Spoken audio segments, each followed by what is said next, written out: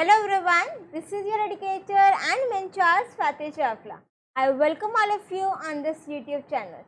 So as you know, in our previous video we have discussed the bar graph, complete कर लिया था और उससे भी previous video में we have completed line chart as well. And in this video, in today's video, we are going to complete histogram and the single video. सारी की सारी video end तक जरूर देखना, तो आपको जो histogram है वो एकदम से complete हो जाएगा और mind में fit भी बैठ जाएगा. चलिए हिस्टोग्राम देखिए क्या होता है. बट हाँ, before starting this video important announcement, important information. अगर आपको वीडियो पसंद आती है, चैनल पर वीडियोस अच्छी लगती हैं, तो please share this channel with your friends as well, in your WhatsApp group, in your Telegram group. जितना हो सके, कोई आपसे पूछे IPCS के लिए बेस्ट चैनल कौन सा है, तो please suggest this channel, please suggest this videos. अगर आपके भी कोई सजेशंस हैं तो you can definitely write it in your comment section. Plus you can mail me as well. ठीक है, सारी की सारी डिटेल्स आपको यहाँ बॉटम पर भी हमारे सोशल हैंडल्स मिल जाएंगे. First one is the link of my YouTube channel, second one is the link of my Telegram channel. यहाँ पर अगर आपको कोई डाउट हो, आप हमें इंस्टाग्राम पर फॉलो करके DM भी कर सकते. चलिए, तो सबसे पहले हम देखते हैं हिस्टोग्राम क्या होता है. देखो, अगर आपने इससे पहले बारग्राफ वाली वीडियो नहीं देखी है ना, तो बहुत गलत करा है. ठीक है, बिकॉज अगर बारग्राफ समझ में आ गया तो एक्चुअली में डिफरेंस भी है इन दोनों में, तो ये बहुत अच्छे से आपको क्लियर हो जाएगा. ठीक, तो अगर आपने बारग्राफ नहीं देखा तो आई सजेस्ट यू प्लीज एक बार वो वीडियो ज़रूर देखना. और अगर वही वीडियो देख कर के आगे इस वीडियो में आए हो कंटिन्यूशन में, तो स्वागत है आपका इस वीडियो में.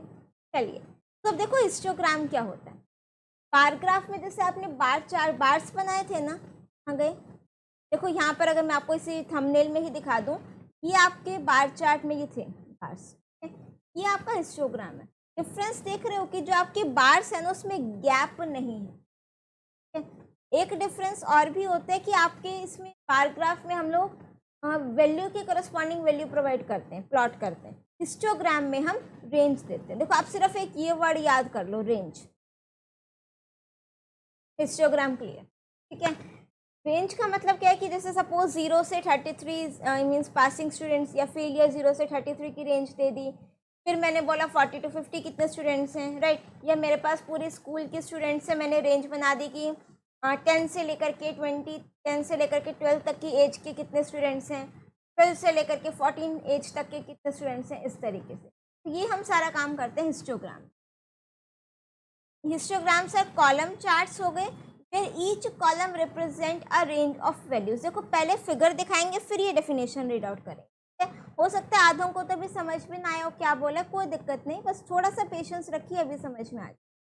एग्जाम्पल हम आपको ये वाला दिखा देते हैं, लेट सपोज. ठीक है, अभी दोबारा भी डिस्कस करेंगे, पर एक बार एग्जाम्पल देख लो तो आपको डेफिनेशन भी क्लियर हो जाएगी. ये मैंने एक टेबल ली है, इसमें सीरियल नंबर, नेम और हाइट दे रखा है. कि अमृत का हाइट 56 है, कोमल की हाइट 142 है, शिखा की हाइट 150 सेंटीमीटर है. इस तरीके से 10 स्टूडेंट्स का सैम्पल डेटा मैंने कलेक्ट किया. फिर मैं क्या कर रही हूँ, मैंने रेंज स्पेसिफाई करी कि 140 से लेकर के 150 तक के कितने पर्सन्स, कितने स्टूडेंट्स हैं जिनकी हाइट इस रेंज में आ रही है, 2 स्टूडेंट्स हैं. फिर नेक्स्ट रेंज मैंने ली कि 150 से 160 तक के मेरे पास कितने स्टूडेंट्स हैं, इस हाइट के कितने स्टूडेंट्स हैं, 3 बच्चे. 160 से लेकर के 170 की हाइट के कितने स्टूडेंट्स हैं, एक ही है. और 170 से 180 के कितने स्टूडेंट्स हैं, 4 स्टूडेंट्स हैं. तो ये चीज़ हम प्लॉट करेंगे एक्स एक्सिस पर रेंज और वाई एक्सिस पर उसकी फ्रीक्वेंसी. मीन्स 140 से 150 वाली हाइट के कितने बच्चे हैं, 2. तो क्या प्लॉट करेंगे, क्लियर हो गया. अब जरा डेफिनेशन, अब ये क्लियर हो जाएगी.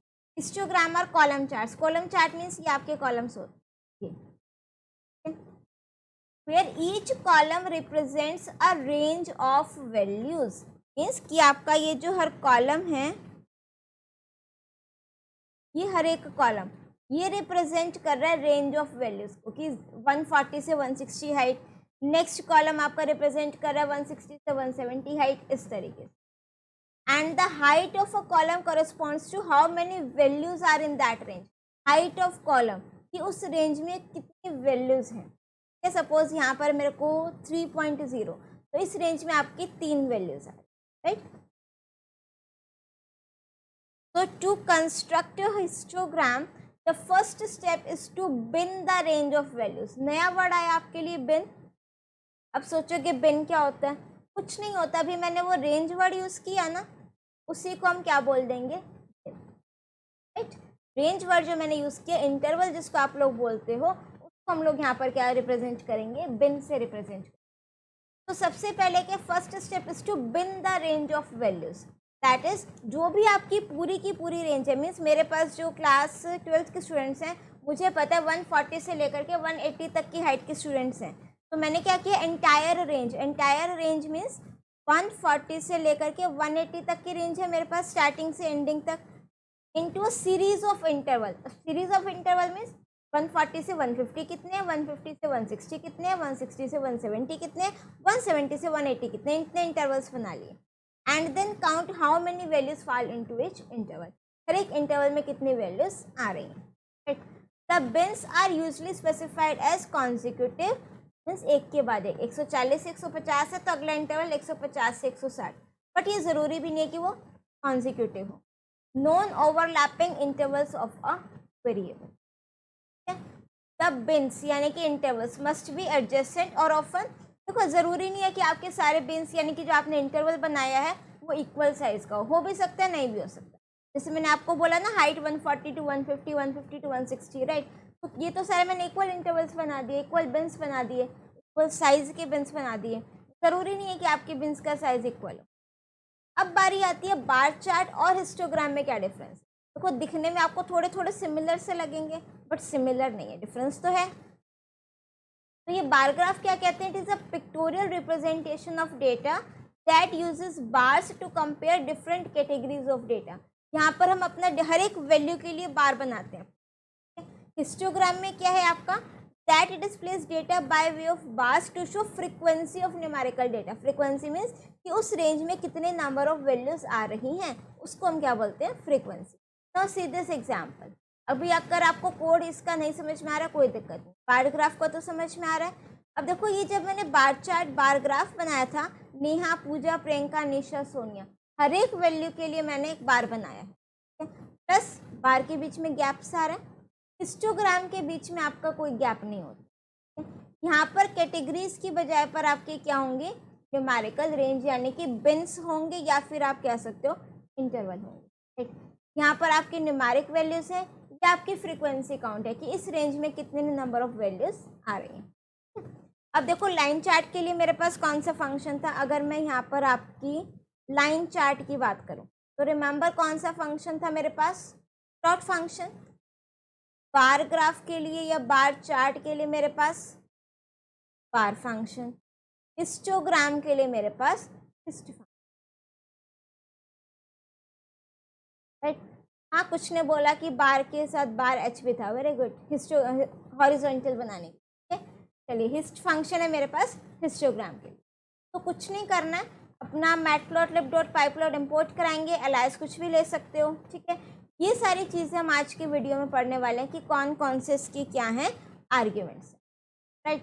तो सबसे पहले हम स्टार्ट करते हैं, अपना एक सिंपल सा बनाते हैं क्या, हिस्टोग्राम, ठीक है। इसी टेबल का एग्जाम्पल लिया मैंने, ठीक है। अब एक चीज़ ध्यान से देखना, चलिए ये मेरे पास टेबल है, मैंने आपकी हाइट लिखी है, ठीक है। अब मैंने इसमें जो टेबल मुझे हिस्टोग्राम बनाना है, मैंने कितने बिन्स ले लिए, 4 बिन्स ले लिए, मीन्स 4 इंटरवल ले लिए। और जब मैंने बिन्स लिए चारों इक्वल साइज के, आप अलग साइज के भी ले सकते, 10-10 का इंटरवल मैंने लिया। अब देखो जो 140 से 150 वाला है, तो इसमें एक्चुअल में आपके 1 ओपन और क्लोज इंटरवल समझते हो ना, अगर मैथ वाले हो तो। ये 140 मैंने यहाँ पर क्लोज इंटरवल लगा दिया, ये मैंने 149 पे ऐसे लगा दिया, फिर 150 पे क्लोज लगा दो। तो कहने का मतलब ये है कि 140 इंक्लूड है, 150 जो लास्ट वाली वैल्यू है ना वो इसमें इंक्लूड ना हो करके, जब मैं 150 से 160 का इंटरवल ले रही हूँ, तब ये आपका 150 इंक्लूड होगा, राइट। सिमिलरली जो आपका ये इंटरवल है 150 से 160, यहाँ पर 150 इंक्लूड है, 159 तक लोगे, 160 इंक्लूड नहीं होगा। 160 से 170 में 160 इंक्लूड है, 170 इंक्लूड नहीं है। 170 से 180 जो आपका लास्ट वाला बिन होगा, उसमें आपकी दोनों बाउंड्री वैल्यूज इंक्लूड होंगी, मीन्स 170 भी और 180, राइट। तो यहाँ पर आपका 170 से 180 दोनों इंक्लूड हैं। अब ज़रा देखो कि फ्रीक्वेंसी काउंट कैसे है। ये तो मैं आपको सिर्फ एक एग्जांपल में बता रही हूँ कि 2314 कैसे आया, अदरवाइज तो ये अपने आप प्लॉट करेगा, ठीक है। ये मैं इसलिए बता रही हूँ ताकि आपको समझ में आ जाए कि आउटपुट किस तरीके से आए। अब 140 से 150 की रेंज में देखो 150 इंक्लूड नहीं करना मैंने, और मेरे पास है 2 आ गया। 150 से 160 इसमें 150 इंक्लूड होगा। एक ये वाला हो गया 156, 1 2 और है मेरे पास 152 डन। नेक्स्ट रेंज है 160 से 170। 160 से 170 में 170 नहीं लेना, ठीक है, बस 1। नेक्स्ट है 170 से 180, इसमें 170 भी लोगे और 180 भी आएगा, ठीक है। 1 2 3 4। ये आपको हिस्टोग्राम बनाते टाइम कुछ नहीं देना उसको, या वो अपने आप फाइंड आउट करेगा हमारा हिस्ट्री, ठीक है। अब क्या होगा हमारे पास, पहले मैं सिर्फ इसी रेंज को लेकर के आपको बना करके दिखाती हूँ कि वैल्यूज़ आप चाहो तो यही ले लो, अदरवाइज डिफरेंट। तो यहाँ पर ये हमारा पिछली वाली क्लास का है बार चार्ट, इसको मैंने हटा दिया। यहाँ पर आप चाहो, मैंने ले लिया हाइट, तो फटाफट से अगर चाहो तो यही वाली वैल्यूज़ लिख लेते हैं। 156 1 2 150 166 174 80 70 47 40। ये वैल्यूज हैं, राइट। अब ध्यान से देखो बिन्स, एक तो यहाँ तो मैं इसको ले लेती हूँ PLT dot hist function. Hist function में मैंने फर्स्ट आर्ग्यूमेंट क्या दिया, जो वैल्यूज आपने प्लॉट करानी है हाइट, कोमा करके मैंने बिन्स ले लिया यहाँ पर, और बिन्स में इंटरवल में दे रही हूँ 140 150 160 170 180, राइट। इसको प्लॉट कर दो और प्लॉट करके हमें क्या कर दो, शो कर दो। Now let's execute. ओके, तो ये हमारे पास आ रहा है, मैंने कुछ गड़बड़ कर दी है। 25 50 75 ओके, ये ना मैंने 140 का 4 नहीं प्रेस, ठीक है, चलिए। हाँ, अब ध्यान से देखो, मेरे पास उसकी वैल्यूज क्या थी, 2314 थी आई थिंक, जो मेरे पास फ्रीक्वेंसी आई थी 2314, ठीक है। तो फर्स्ट रेंज में मेरे पास वैल्यू है 2, मीन्स 140 से 150 की रेंज में कितने हैं, 2, ये है मेरे पास, ठीक है। तो जो मेरे पास फर्स्ट रेंज है दैट इज 140 से 150, इसका मतलब क्या है, 140 से एक्चुअल में 149 लेने, कितनी वैल्यूज थी, 2 थी। तो ये देखो इस 2 पर पे ये आपका ये ड्रॉ हो गया, ठीक है। बिन किसको बोलते हैं, ये इंटरवल को, 140 से 150 जो इंटरवल है, ये जो आपने ये बनाया है ना, ये डब्बा सा बॉक्स जिसको बोलते हो, ये बार। नेक्स्ट रेंज है आपकी 150 टू 160, इसमें वैल्यू क्या थी, 3, फिर थी 1 और फिर थी 4, तो 2 3 1 4 ये फ्रीक्वेंसी काउंट है, राइट। तो ये आपका क्या बन गया, हिस्टोग्राम, राइट। अब देखो बार ग्राफ और इसमें मेन यही डिफरेंस है, एक तो इंटरवल का, कि आपके बार ग्राफ में यहाँ पर अगर मैं इसका बार ग्राफ बनाती ना, तो बच्चों के नेम भी होते कि इसकी हाइट ये 156 प्लॉट होता, फिर स्टूडेंट बी और उसका नेम, उसकी हाइट 142, इस तरीके से प्लॉट होता वो, ठीक है। ये हो गया हमारे पास। अगर आप चाहो इसमें भी गैप दे सकते, उसके लिए मेरे पास क्या है, आर विथ नेम से एक आर्ग्यूमेंट है। सपोज मैंने लिखा 0. तो आपने जो 0.9 लिखा है, तो ये दैट मीन्स इन बार्स के बीच में गैप विथ आ जाएगी 0. अब ये दिखने में आपको बार चार्ट जैसा लग रहा है, ठीक है, बट नीचे यहाँ पर देखो ये फ्रीक्वेंसी प्रिंट प्लॉट हुई है, ठीक है। तो अगर देना चाहो तो इनमें अगर बिन्स के बीच में गैप देना दे सकते हो, अदरवाइज नहीं, ठीक है। अब बात आती है आपकी बिन्स आर्ग्यूमेंट। बिन्स आर्ग्यूमेंट में बहुत आपका फ्लेक्सिबल है, ऐसा नहीं सिर्फ आपने इंटरवल लिखे और हो गया काम, तो देखो बिन्स क्या कहते हैं आपका, beans means interval range. The value of beans can be N integer और सीक्वेंस और इवन नन ऑल्सो, मीन्स जो आपका बिन्स है, अभी तक मैंने उसमें क्या लिखा, लिस्ट लिखा, सीक्वेंस खुद से एक मैंने इंटरवल प्रोवाइड कर दिया। वो कहते हैं कि आप चाहो तो इसमें आप इंटीजर भी दे सकते हो या फिर नन भी दे सकते हो। नन मीन्स इसको बिन्स को लिखो ही ना कि मुझे कितने बिन्स क्रिएट कर, राइट। तो अभी हम क्या करेंगे, ये इंटीजर और नन वाला केस भी करेंगे। दिस आर्ग्यूमेंट ऑप्शनल है। ऑप्शनल मीन्स बिन्स अगर ना लिखो कोई दिक्कत नहीं, अगर नहीं लिखोगे तो ये खुद से बाय डिफॉल्ट 10 बिन्स बना लेगा। सी दिस, यहाँ देखो, ठीक है। ये बिन्स अगर मैं खुद से रेंज दे रहे हो तो दे दो, इंटरवल अपने आप से बना लेगा। आप यहाँ पर इंटीजर वैल्यूज भी दे सकते हो। मैंने बोला कि मुझे यहाँ पर अब तक तो कितने बिन्स बने थे, अगर आपने को याद हो तो 1 2 3 4।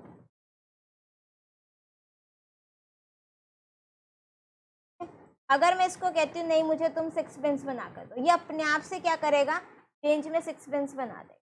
ठीक है, देखो अगर आपको पता ना लग रहा हो कि ये कितने बिन्स बना दिए, कौन कौन से बना दिए, तो उसकी अंडरस्टैंडिंग के लिए आप यहाँ पर आर विड्थ आर्ग्यूमेंट अब आपका काम आ सकता है। 0.9 का गैप लेते हैं। तो नाउ सी दिस केयरफुली। अब ये आपका फर्स्ट, सेकेंड, थर्ड, फोर्थ, 5, 6, तो उसने कितने इंटरवल ले लिए, मीन्स कितने बिन्स में बना करके दे दिए। जितना आप यहाँ पर इंटीजर वैल्यू लोगे उसको ही अपने आप से बना देगा, उसने जो जो रेंज लिखी है। राइट, आपने यहाँ पर लिखा, उसको बोला कि भाई मुझे तो 2 बिन्स में सारा का सारा डेटा दे, तो उसने ये 2 बिन्स बना दिए, 5 इस तरफ 140 से 160 और ये 5 इस तरफ। राइट, तो अगर आप ये आर वर्थ नहीं लिखोगे तो फिर ये आपको पहचानने में दिक्कत होगी कि अब जैसे दोनों जगह इक्वल्स आ रहे हैं, आपको लगेगा ये तो एक ही है बट ये 2 है। ठीक है, इसी चीज़ को स्पेसिफाई करने के लिए, अच्छे से विजिबल कराने के लिए आप लोगों को मैंने यहाँ पर आर वर्थ आर्ग्यूमेंट डाला है। ठीक है, बिन्स हमारा सीक्वेंस में कर दिया और मैंने यहाँ पर उसमें भी कर दिया, क्या बोलते हैं, इंटीजर में। ठीक है, अगर आप इंटीजर में उसको कहते हो कि आपको 50 बिन बनाने, 50 से मैंने कुछ ज़्यादा लिख दिया, मैंने बोला लेट्स सपोज 10 बिन्स बनाने। राइट, तो जब आप इसको एग्जीक्यूट करोगे तब ध्यान से देखना, आप तो इसको क्या करोगे, काउंट करोगे कि भाई कितने बिन्स हैं। आप देखोगे 1 2 3 4 5 6 7 8, आप तो कहोगे मैम आपने 10 बिन्स लिखा था पर ये तो 8 दे रहे हैं। ये तो 2 बिन्स कहाँ पर है, यहाँ पर जहाँ पर डेटा ही नहीं है। उसने 10 बिन्स तो बना दिया बट उस रेंज के अंदर उसके पास कोई भी डेटा नहीं है। आपने यहाँ पर लिखा लेट्स सपोज 50 कि मुझे 50 बिन्स बना करके, राइट, तो ये क्या करेगा, ये देखो इसने 50 बिन्स बना करके दे दिए। उसी रेंज के अंदर से जो आपका इंटरवल है ना 140 से 180, फर्स्ट वैल्यू लेगा, लास्ट वैल्यू लेगा, के बीच में आई थिंक हमने 50 वैल्यू लिखी है, एज्यूम करी मैं क्योंकि मुझे दिख नहीं रहा पीछे क्या लिखा है, 50 ही आई थिंक। तो 1 2 3 4, अगर आप देखो तो 1 इसके बीच में भी होंगे। ठीक है, फिर जो ये ब्लैंक्स हैं इसके बीच में सारे क्या हैं, वो बार्स हैं, वो बिन्स हैं जिसकी वैल्यू क्या होगी, 0 होगी। राइट, अगर आप यहाँ पर लिख देते हो बिन्स इक्वल्स टू नन, कि मुझे बिन की वैल्यू मैंने क्या लिख दी, नन, तो ये आपकी बाय डिफॉल्ट 10 बिन्स बनाएगा। चाहे तो बिन इक्वल्स टू नन लिख दो, ये ऑप्शनल आर्ग्यूमेंट है, हम कहते हैं चाहे ना भी लिखो। अगर आप नहीं भी लिखोगे तो ये आपके 10 बिन्स बना रहा है। अब जरा काउंट करो, देखो 1 2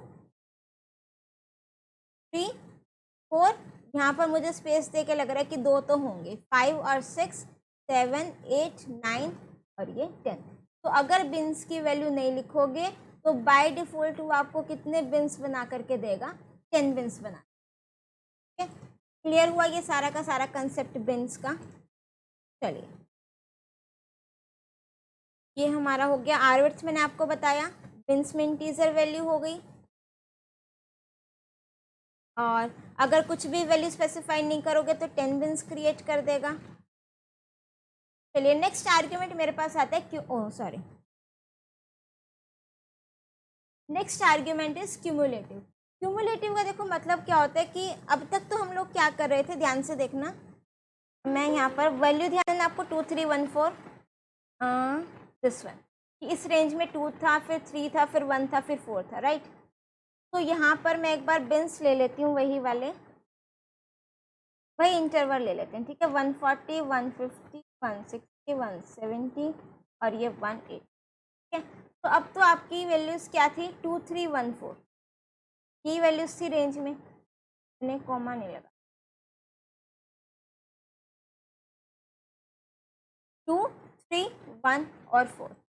तो अगर मैं यहाँ पर क्या लिख रही हूँ, अपना cumulative argument, cumulative CUMULATIV equals to, अगर मैं यहाँ पर लिख देती हूँ ट्रू, इसकी 2 ही वैल्यू है, या तो ट्रू या तो फॉल्स। ठीक है, देखो बाय डिफॉल्ट इसकी वैल्यू फॉल्स है, अगर मैं फॉल्स लिख रही हूँ तो वो बाय डिफॉल्ट है, तो आपका वो पिछले जैसा आंसर आएगा 2 3 1 4।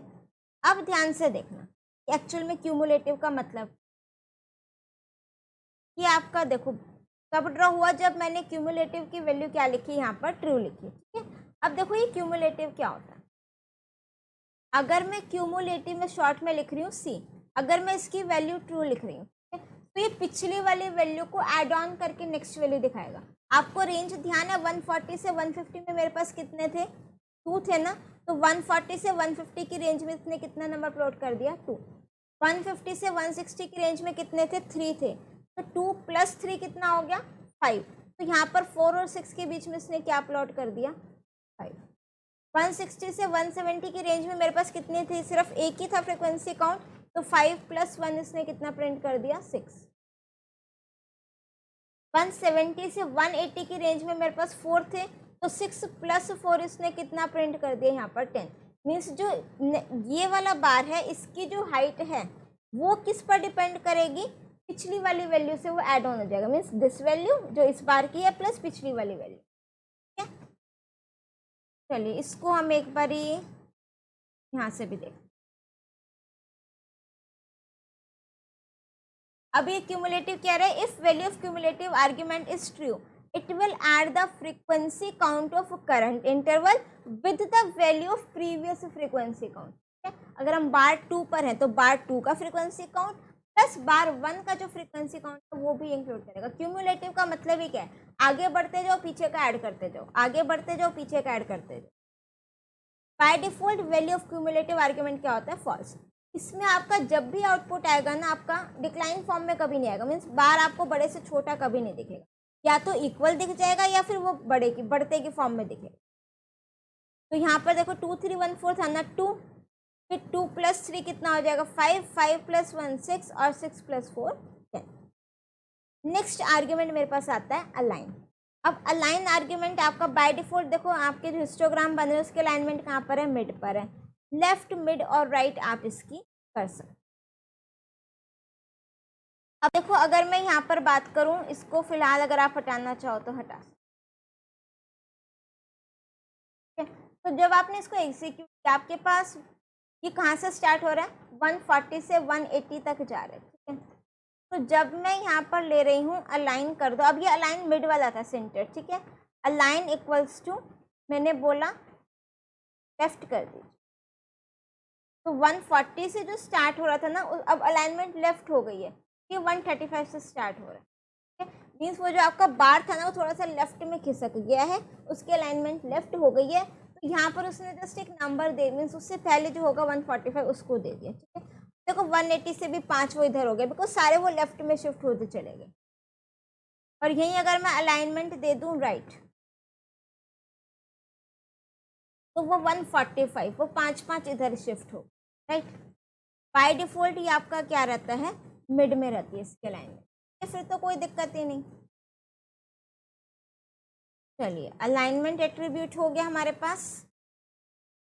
नेक्स्ट मेरे पास आता है ओरिएंटेशन। ओरिएंटेशन में आपकी दो ही वैल्यूज हैं, हॉरिजॉन्टल और वर्टिकल। अब देखो अगर आपने जो हिस्टोग्राम अब तक ड्रॉ किया है ये आपका कौन सा था, वर्टिकल। अगर आपको हॉरिजॉन्टल ड्रॉ करना हो तो सिंपल आप क्या लिखोगे, ओरिएंटेशन इक्वल्स टू हॉरिजॉन्टल। तो अलाइनमेंट मैं फिलहाल हटा देती हूँ और हम यहाँ पर लिख रहे हैं ओरिएंटेशन, और यहाँ पर मैंने लिख दिया हॉरिजॉन्टल। वर्टिकल ऐसे है, हॉरिजॉन्टल ऐसे हो जाएगा, ये आपका हॉरिजॉन्टल हिस्टोग्राम बन गया है। अगर आप ये आर विड्थ हटा दोगे, ये बार चार्ट नहीं है, हिस्टोग्राम बन गया, ठीक है। ये हॉरिजॉन्टल है। अगर आप चाहो तो क्या मैं यहाँ पर अपना कलर दे सकती हूँ सीक्वेंस में, R G M P, 4 ही थे आई थिंक हमारे पास।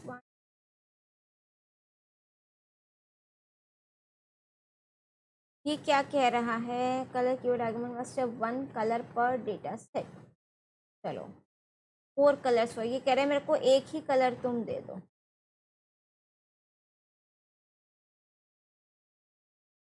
तो दैट मीन्स हम हिस्टोग्राम में वो डिफरेंट कलर वाला कंसेप्ट यूज नहीं कर सकते। चलिए अब नेक्स्ट हमारे पास आता है ओरिएंटेशन हो गया। अब है एडिंग लेबल, बहुत सिंपल है, X label Y label functions हैं, तो आपने एक्स एक्सिस पर लेबल देना हो जो आपने वाई एक्सिस पर देना हो। लास्ट हमारे पास आता है हिस्ट टाइप, मीन्स हिस्टोग्राम का टाइप, कि आपका जो हिस्टोग्राम है वो किस टाइप का होना चाहिए, ठीक है। This attribute specifies the type of histogram to be drawn. By default हमारा ये बार वाला होता है। अब तक आपने देखा होगा कि ये जो आपका हिस्टोग्राम बन रहा है ये बार चार्ट की तरह ही तो बन रहा है, ये बार से तो है स्टैंडिंग फॉर्म में, तो this is the default one. Bar stacked होता है, स्टेप होता है, स्टेप फिल्ड होता है, ठीक है। बार हमने कर लिया, बार स्टैक्ड अभी हम करेंगे, ठीक है। स्टेप देखो, this generates a line plot that is by default Anfield. ये आपका मैं यहाँ से दिखाती हूँ इसको, हिस्ट टाइप, ये कलर वलर ओरिएंटेशन सब हटा दो, हिस्ट टाइप। तो यहाँ पर हमने लिख दिया स्टेप। तो जब आप इसको एग्जीक्यूट करेंगे, ये देखो इस फॉर्म में दिखा राइट, और ये आपका अनफिल्ड है। अगर ये आपको फिल्ड चाहिए तो आई थिंक इसके साथ हमारे पास आता है स्टेप फिल्ड, ये चीज़ आपकी फिल्ड हो जाएगी, ठीक है। एक ये वाला बार चार्ट हिस्टोग्राम देखो, और एक मैं बार लिखती हूँ, सेम सेम से ही दिखते हैं, ठीक है। अब हमारा आ जाता है नेक्स्ट, देखो बार हो गया, स्टेप हो गया, स्टेप फिल्ड हो गया। ये आपका बार हो गया डिफॉल्ट वाला, ये आपका स्टेप हो गया, ये स्टेप फिल्ड हो गया। लास्ट हमारे पास आता है बार stacked.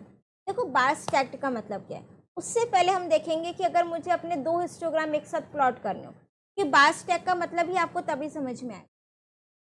It is use when providing 2 और मोर एरेज एज डेटा, मीन्स जब आपको 2 या 2 से ज़्यादा अपना हिस्टोग्राम टाइप करने हो, प्रिंट कराने हो, ठीक है। तो अगर मुझे सिंपल 2 से ज़्यादा हिस्टोग्राम प्रिंट कराने, आप उसको यहाँ लिस्ट की फॉर्म में दे दो, ठीक है। तो मैं यहाँ पर कुछ रेंडम से वैल्यूज़ ले लेती हूँ। एक मैंने लिखा ए, कुछ भी लिख दो, बस आई होप डेटा हमारा सही सा चला जाए कि आपको हिस्टोग्राम बनता हुआ दिख जाए, ठीक है।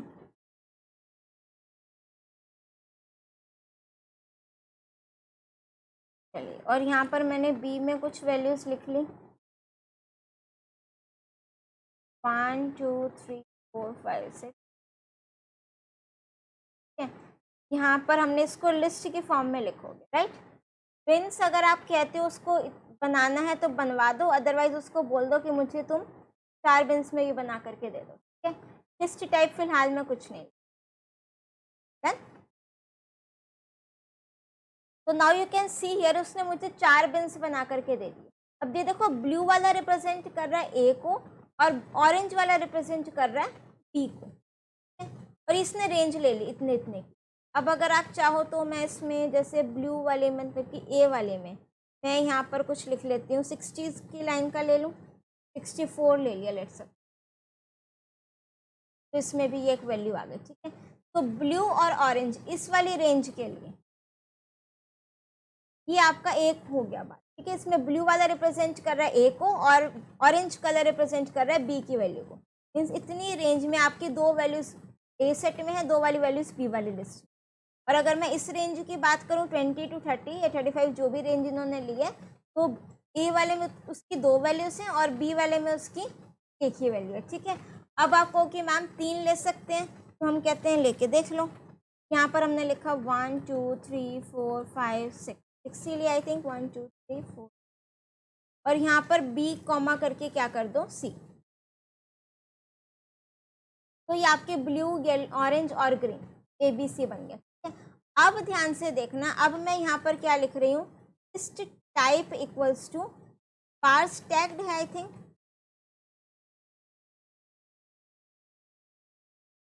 ये बार स्टैक्ड बन गया, कि वो जो और ब्लू ऑरेंज ग्रीन अलग अलग वो दिख रही थी ना पट्टियाँ सी जिसको आप बोलते हो बार, अब वो एक ही में डिवाइड हो गया, ब्लू ऑरेंज ग्रीन एक ही को पार्टीशन कर, ये हमारा होता है बार स्टैक्ड। अगर मैं 2 का करना चाहूँ तो ये सी को हटा दो,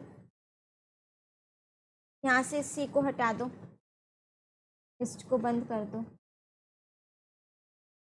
ठीक है। ये हमारा क्या हो गया, बार स्टैक्ड। देखो जो वैल्यूज दोगे उसी हिसाब से आपका हिस्टोग्राम या बार चार्ट हुआ है वो प्रिंट हो जाएगा, राइट। चलिए, तो ये हमारा बार चार्ट कंप्लीट हो गया। इसी के साथ हमारा जो हिस्टोग्राम है वो भी कंप्लीट होता है। आई होप सारे के सारे कंसेप्ट आपको एकदम क्रिस्टल क्लियर हो गए होंगे, माइंड में फिट बैठ गए होंगे। If still you are having any doubt, you can write it in the comment section. And if you like my video, do press the like button and share your views in the comment section as well. And don't forget to subscribe this channel and share this video, share this channel with others as well. मिलते हैं next video में और तब तक के लिए till then keep watching, keep smiling, keep studying. Bye bye.